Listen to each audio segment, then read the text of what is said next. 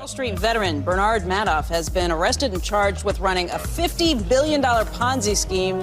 Congress wants to know what caused the Enron meltdown. Now, while the collective rage currently is focused on WorldCom, Tyco CEO Dennis Kozlowski was convicted of looting hundreds of millions of dollars. This is one of the biggest fraud cases ever. Their president's a crook. Well, I'm not a crook. Find out more on this week's episode of White Collars, Red Hands. There are many people we have covered on this show that were merely caught in the corporate machine and ended up being slowly moved into the sphere of illegality by the constant need to increase profit after first fudging the numbers.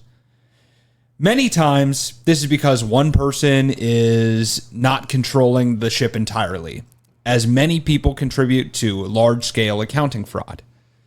Sometimes on the show, though, we discuss people who knowingly committed their financial crimes in the name of greed in completely evil and unforgivable ways. This episode is an example of the latter.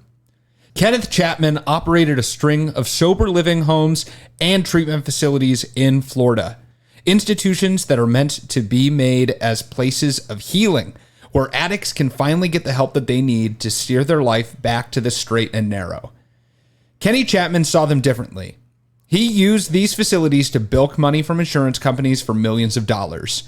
And worse than that, he extended his crimes to the darkest depths as he became embroiled in a scandal of sex trafficking and maybe even murder. At the sober living home? Yeah, today is rough. So buckle up, bud. All right, because it is none of this is a happy story. All right. When I wrote this outline, I remember no levity. Not one iota of levity. So strap into your fun chair because you're the one bringing it to this episode. Yay. I can't wait to bring humor to this story. Yeah, you're off to a great start. And a great start to bringing humor to this story. There's some trigger warnings. That's a terrible segue. It's serious. This is serious. But there are parts of this episode that, if you couldn't tell by the intro, deal with both sexual assault and drug abuse. Yeah. So, that's right up front. So you might want to skip it if that is something you don't want to hear or be a part of. And with the important stuff out of the way, welcome back to another episode of White Collars, Red Hands. I'm back from vacation. I seemingly forgot how to do this. My name's Kashan. And I'm Nina. And we're here to talk about Kenny Chatman. I'm going to come out right of the woodwork, put this right at the top. Bad guy. Bad guy. Bad guy. Hot though. He's really bad. He's a hot bad guy. I don't know how bad he is yet. I gave you some hints, man. I don't know. Just saying. He's pretty bad. You can't. So this is an important lesson of you can't judge a book by its cover. Yeah. This man looks like if Terry Crews did awful crimes. Yeah, it is kind of if Terry Crews was evil. This is evil Terry Crews. This is evil Terry Crews. Oh, man. Terry Crews is so hot. All right. He is. All right, Nina, keep it to yourself. We got stuff to do. My DILF dream. We got stuff to do. Or my dream DILF. Kenny Chat. Kenny Chat. Let's talk first about the sources for today's episode. No books on this subject yet, even though it concluded in 2017. So this is largely from news articles and secondary sources to the crimes of Kenny Chatman, because primary court documents proved difficult for me to find. I set up accounts to try and search through systems like where I was going to have to pay for it. It was difficult to find. Although I did find one original court document, which was the original complaint, which contained the FBI affidavit about the charges. So there was a good amount of information in that. All this to say that it was really hard to find a lot on the backstory of Kenny Chatman before he started his sober living home business in the early 2010s. I think he bought his first sober living home in 2012. Okay. So before that, I don't really know. What we do know is that he was married with 4 children, and before getting involved in the recovery industry, he was a fitness instructor in Florida, and he does look kind of like an MMA fighter. So that makes a little bit of sense, especially because he's always mad dogging the camera in every single picture of him. He is. Like he's at charity events and like just he's mean mugging the camera. I'm like, why are you trying to look tough in front of like kids with cancer, bro? Like this is. He's like, I'll beat the shit out of cancer. Cancer don't have shit on me. I think he might have wanted to beat the shit out of the kids. I mean, probably wanted to. That's what I'm saying. It's like the guy is allergic to smiling with teeth. Even out, I saw a picture of him out in the club and he was still like no teeth, like. Dead eyes. Smile doesn't reach his eyes. It's crazy. That was all the cocaine he did. It's crazy. I don't know if he did cocaine. Maybe. So he is a fitness instructor, but he decides to open up a little side hustle when he starts to buy properties and rent them out as sober living homes. This is probably because he was living in Palm Beach County in Florida, and the fourth largest industry in the area is substance abuse treatment. Interesting. Which in 2017 was generating $1 billion in revenue a year in the county. So it's like, it's a big thing. All right. It's like Starbucks. There's a substance abuse center on every corner. With the Starbucks. Right next to the Starbucks. They are connected, actually. Yeah. A lot of recovering crackheads in the Starbucks. Yeah. So be careful with that Frappuccino. It might not be powdered sugar on top. You think people do that? No, the drugs are way too crack expensive. latte? I mean, it gets in there. I don't know. So is the Starbucks coffee. That's true. All right. It's like you're already spending that, but you're spending $6 on the coffee. You might as well have some crack put with some it. dust on top, you know? If you want to send your loved one to a place to fight addiction, it might as well be right in the place known as the Sunshine State in Florida. It's like, it's got the third or fourth most facilities, drug treatment facilities in the United States. So it's up there. This means that there are a lot of people in the area seeking substance abuse help, obviously. And a large chunk of those people will be in some sort of outpatient care where they are only in the treatment facility between 9 and 30 hours a week. That's the difference between a rehab and a drug treatment facility. And those people need somewhere to stay for the rest of the time. Okay. And many choose to stay at these places called sober living houses, which are just communities that have decided to live the drug and alcohol-free lifestyle. And while medical regulatory bodies may publish guidelines for sober living houses, they do not actively regulate them. Now, however, aren't there rules to living in the sober living house? So they can set that up for themselves, but it's like a community agreement. It's not like a regulatory body saying that sober living houses have to be operated this way. Oh. They kind of all agree. And basically, so is that the difference? Like, so when you have rehab and you stay in and then you go to a halfway house, a halfway house is a sober living house. But I thought that they would like check and make sure you're not relapsing in those places. They do. So that they don't check at the houses. That's what a treatment center is for.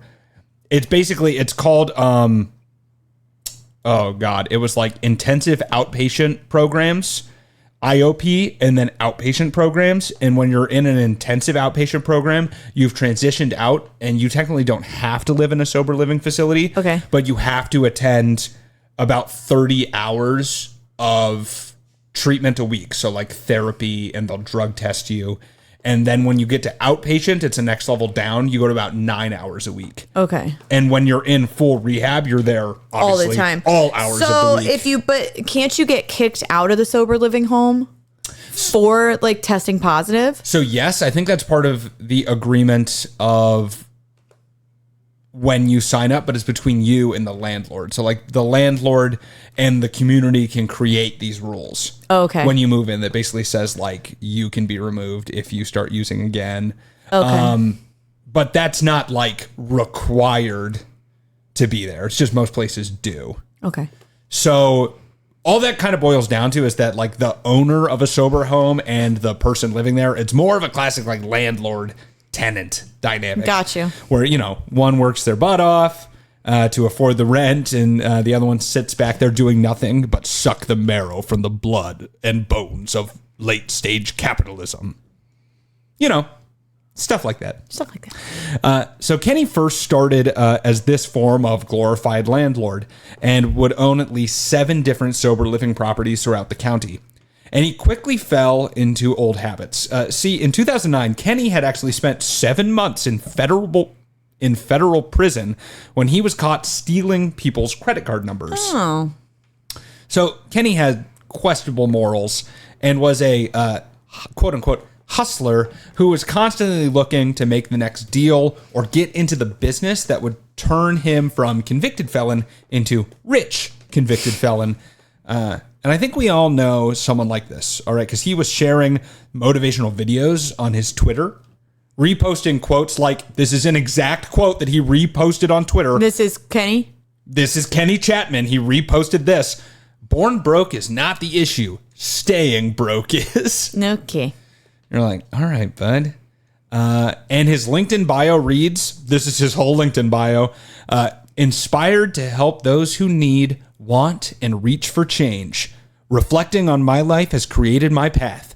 Motivator, believer, Christian, husband, and father. There's an exclamation point at the end.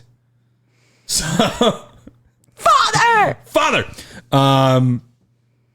So he really believed that he was making the most money that he possibly could, right? Yeah. He's just this kind of guy. You know this kind of guy. Oh, I know this guy. You're like, sleazy, right? Oh, yeah, I You're know like, this man. Yeah. And when he was owning sober living homes, he realized a great way to do this would be to accept kickbacks for referring his tenants to specific treatment centers for their therapy and testing. This is, of course, illegal, known as patient brokering. But obviously, Kenny showed that he didn't really much care about if something was illegal or not, since he is a convicted felon. The treatment centers could pay off Kenny a few $100 per week per patient he referred to their treatment, but Kenny wasn't satisfied with this, all right? This is small potatoes. He knew the real money would be in owning a treatment center himself. Treatment centers are where that good money can come from, as due to the high cost of healthcare in this country, insurance fraud is basically a literal cash cow, as we've discussed on quite a few episodes before this. So feel free and go listen to those. We're gonna get a little bit into it, but there's a lot more to healthcare fraud. Oh, yeah. And Kenny wanted to cash in on the big bucks. The only thing standing in his way, of course, was a background check. See, in order to own, operate, or even work at a substance abuse treatment center in Florida, you must pass a background check. Makes sense. And since Kenny was a convicted felon, he knew that he was not going to be able to do this. And that's when he thought, hey, who's that lady that spends all that time with my kids? My wife. Husband. Father. Father. He then, with the help of a consultant, got his wife, Laura Chatman, to fill out all of the appropriate paperwork to open Reflections Treatment Center in 2015. Although Laura was listed as the sole owner, CEO, and CFO of the company, she would have little to do with the day-to-day running of the business besides occasionally signing checks. And with the opening of this treatment center, a lot of healing was about to turn sour. First of all, you might think that the main goal of a treatment center is to help keep their patients away from their drug of choice, to offer them coping methods, to provide a support system to keep them clean. In fact, Florida law describes a clinical treatment center as a professionally dedicated or a professionally directed, deliberate, and planned regimen of services and interventions that are designed to reduce or eliminate the misuse of drugs and alcohol and promote a healthy, drug-free lifestyle. Kenny, however, thought this was just bad business. Unfortunately, I think a lot of people view the drug epidemic this way.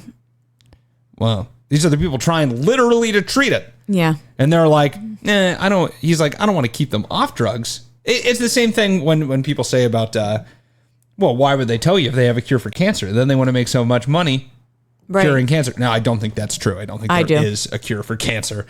I know people who work in cancer research, so I don't think that's happened. I do. But the criticism has, it has some threads of truth. Mm-hmm. And Kenny thought, well, no one lives in your sober house if they're on the straight and narrow, and no one shows up to your treatment center either. So Kenny Chatman provided the patients of his treatment facility and sober living homes with drugs directly, as long as they agreed that he could keep billing their insurance for the treatments for those drugs. Oh my God. He literally gave them drugs directly. He's doing the one thing you're not. That has to be rule number one. Don't give them the drugs. So morally bankrupt. Now you're coming along. Now you see why I said he's such a bad guy. And this is the literal beginning. Oh my God. All right. This was also, no. He would also bribe them with cigarettes and gift cards in addition to the drugs, some material things.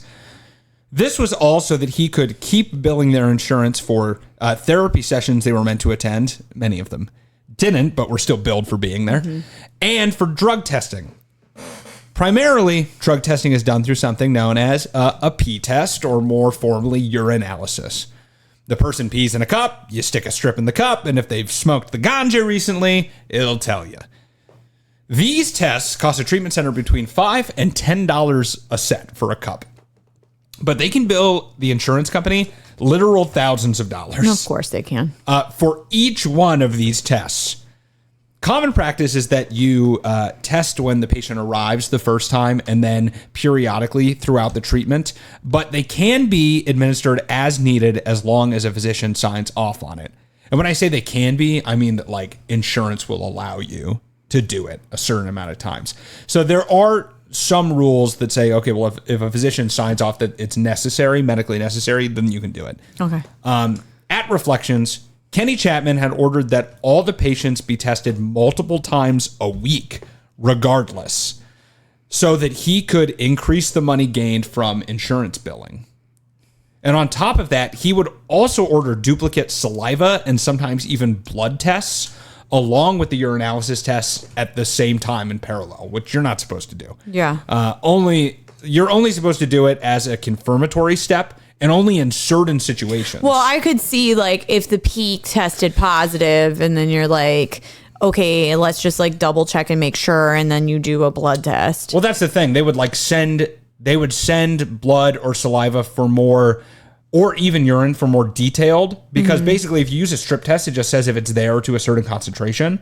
But if you wanted to compare concentrations to other concentrations, you have to use something like high pressure liquid chromatography, which is which is a more rigorous analytical method, which requires a laboratory. So you might do that, and even then, like Blue Cross Blue Shield only allows you to do that 12 times a year, to bill them 12 times a year. So they would just try to get like all 12 in. That's dumb. And then kick them out.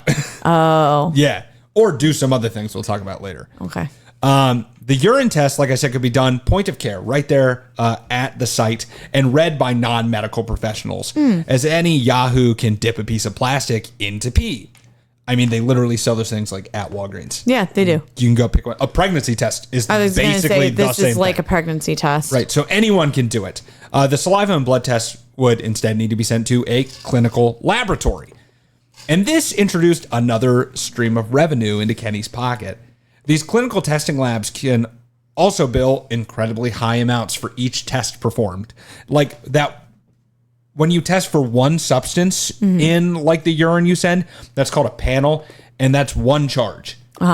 Kenny would be like, do 5, and they're all billed separately.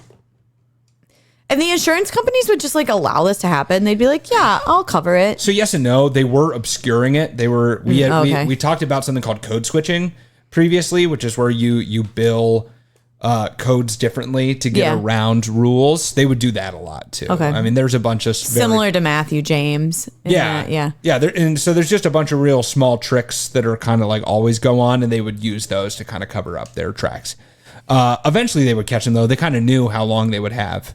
And then there's more people, there's more addicts, honestly. So they would just get someone new. So they can bill more for all these tests. So if they are particularly seedy, and all of those that worked with Chatman, he saw to it that they were, they can pay some kickbacks to treatment facilities that choose to send them more samples over other clinical laboratories. And Kenny Chatman cashed in. He was receiving money directly from at least 4 different clinical labs that were each paying him up to $30,000 a week, depending on the amount of samples that he would send their way. I want to make that much money. Oh, it was crazy. Sometimes they would even pay him in cash. As one witness reported that Chatman just showed him a duffel bag filled with $100,000 that he was paid by a lab. What are you even gonna? How is the lab paying him in cash? They're seedy, bro.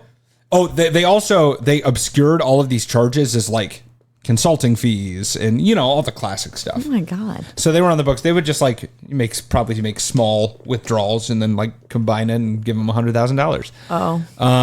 And he actually was said to prefer cash because he would want to avoid a paper trail and would keep it in what I can only assume is a Scrooge McDuck-sized safe that he held at his $10 million mansion that him and his wife bought off the proceeds from these insurance kickback schemes. Getting rich off of helping addicts. Yeah, it's kind of the lowest of the low. That's really fucked up. That is the same level to me as like Joel Osteen making his riches off of like being a church. Yeah.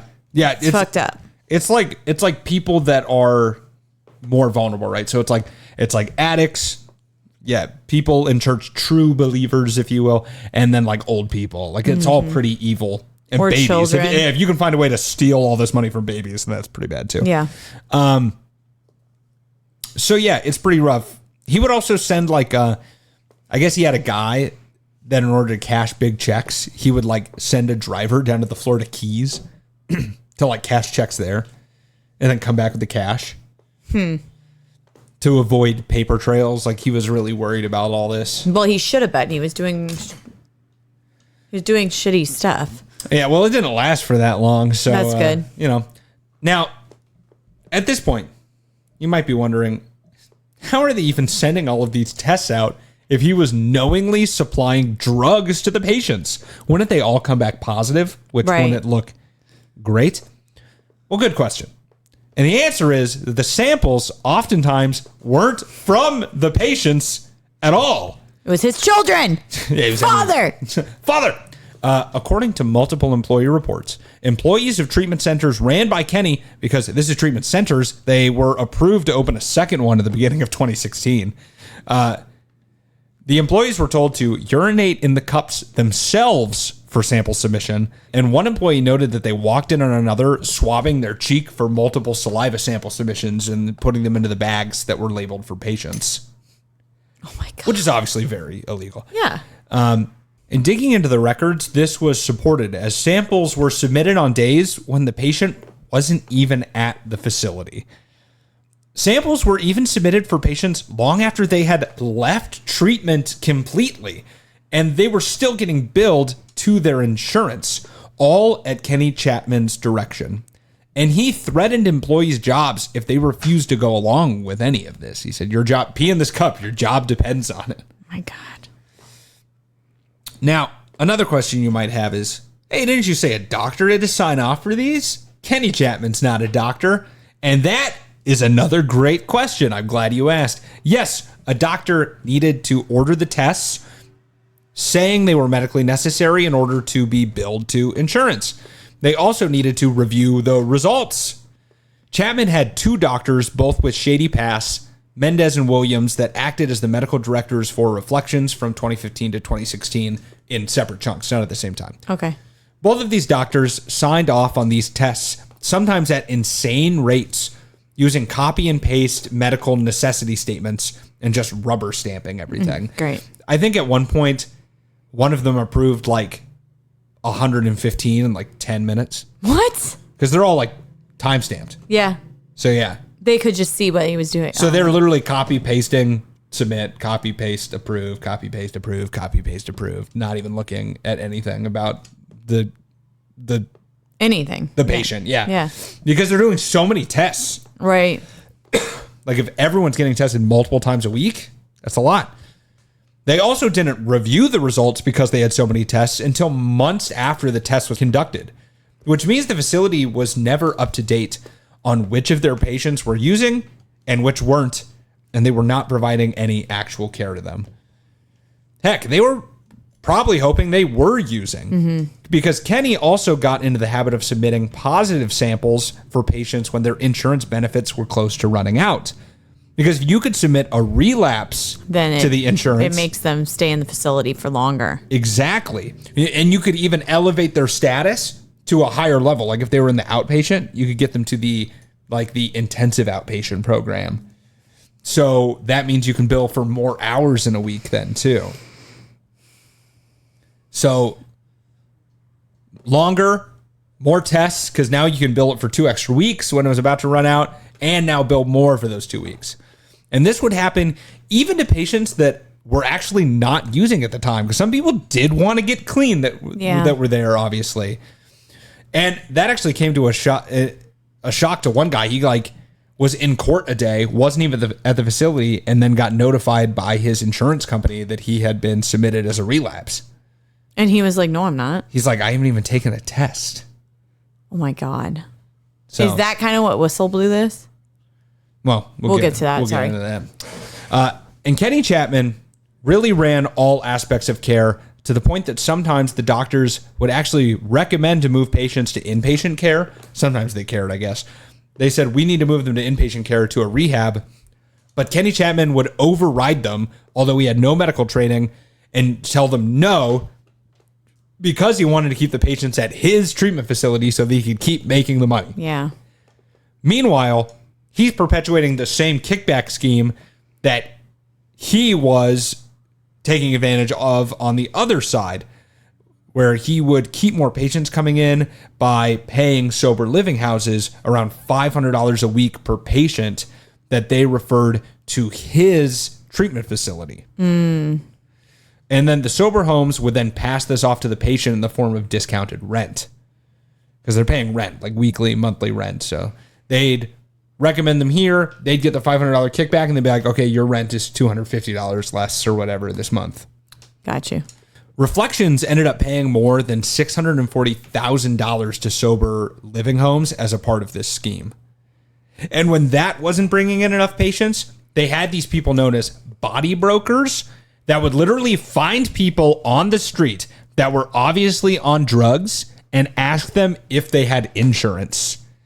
And if the people did have insurance, they would ask to see their insurance card, and then they would call up and be like, yo, I got this guy. He has a Blue Cross Blue Shield, HMO, plan ID, whatever. And then they would tell him, okay, bring him or don't bring him. Like basically his insurance. So they're kidnapping people off the street, taking them to the sober living houses? More like convincing them, because then they would be like, why don't you come to our place? It's chill. It's laid back. You can still do drugs. And you can just live in this place. But then they're like, you got a place to sleep at least. Yeah. And then we'll bill your insurance. And all you have to do is agree to let us bill your insurance when you're not actually receiving treatment. And they're like, all right. They're like free heroin. Yeah. Sweet. Fuck. Yeah. Pretty rough. That is so bad. I can't help but notice. Has been a lot of levity over there. Sorry. Sorry, I haven't been able to, make this one light and fluffy. Not finding anything funny yet? Not really, no. No hearty har-hars? Not yet. Not even a tee-hee? Maybe a gig. A gig? Not even a full giggle. Just the first part. Just a gig. A gig.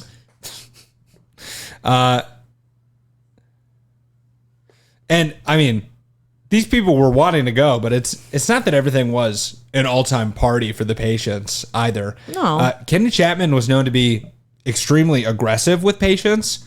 Actually, everyone, also employees. And also did his best to completely cut them off from anyone that could actually help them.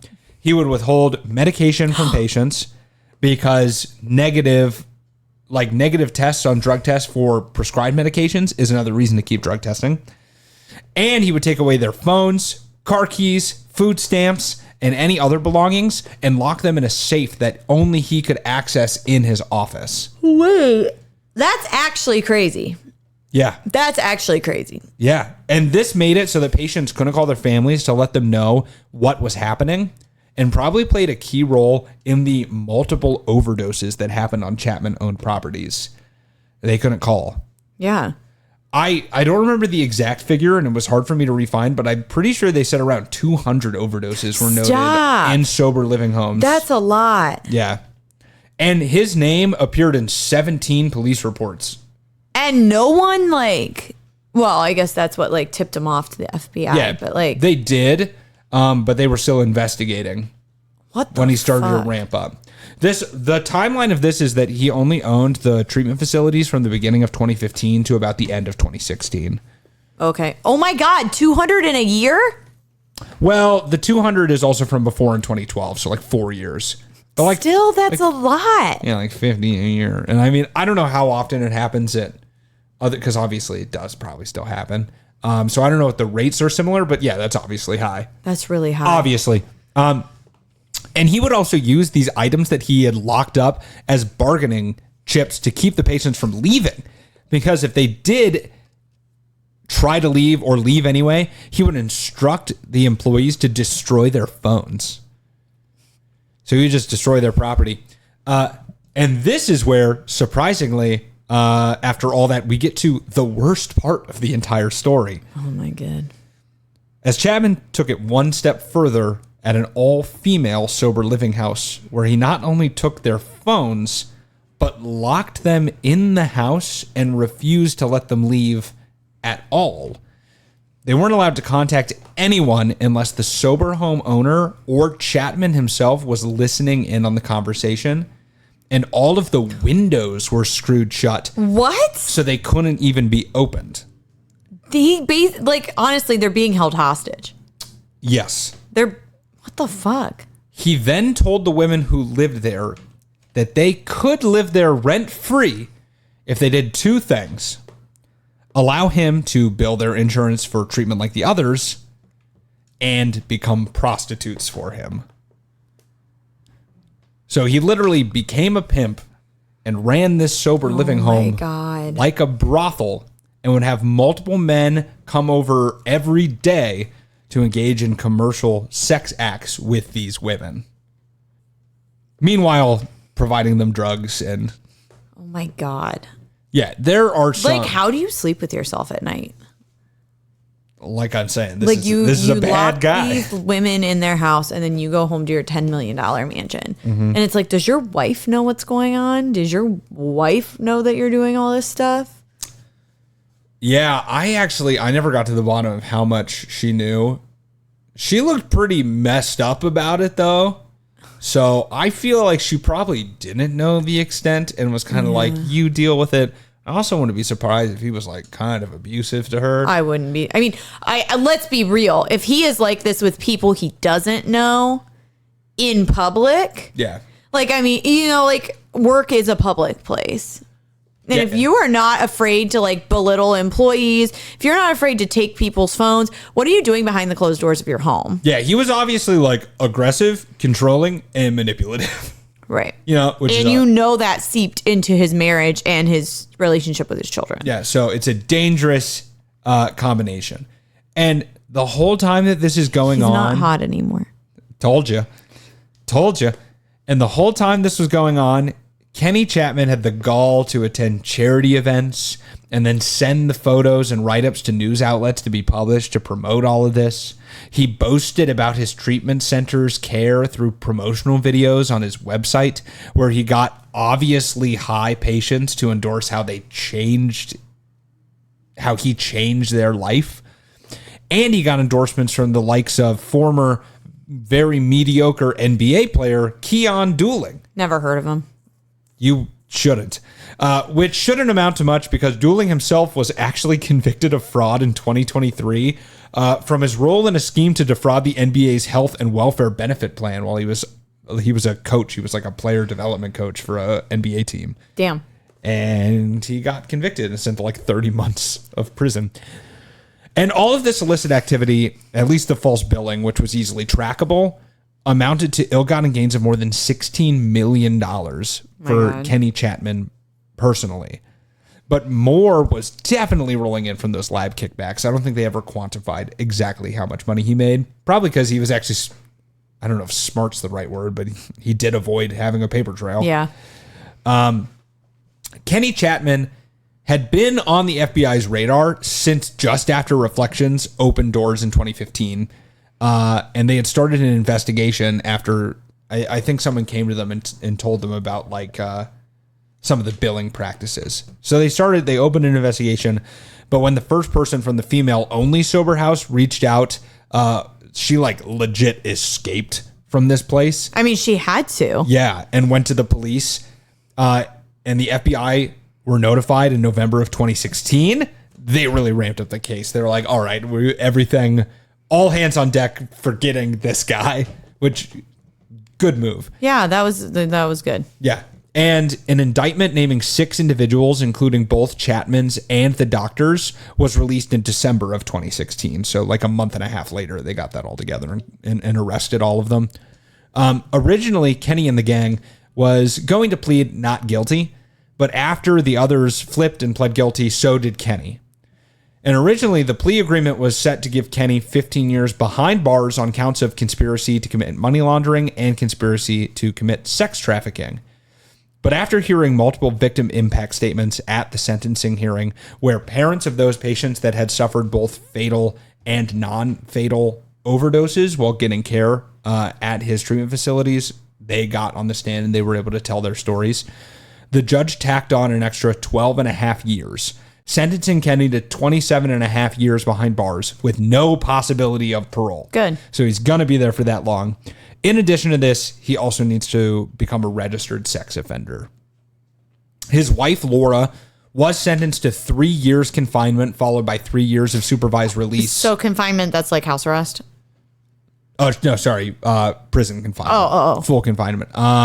Followed by 3 years of supervised release for her part in falsifying documents to claim ownership of the business when she didn't actually have it. Which, by the way, Kenny was also stupid there. He always publicly announced that he was the founder and owner and operator of the business, and even claimed that multiple times to law enforcement, including one time when he was like coming back to the United States from Mexico, and he was questioned, and they asked him about his occupation, and he said, "I'm the owner and operator of this." Yeah, and he wasn't. Of this treatment center, and legally he's not.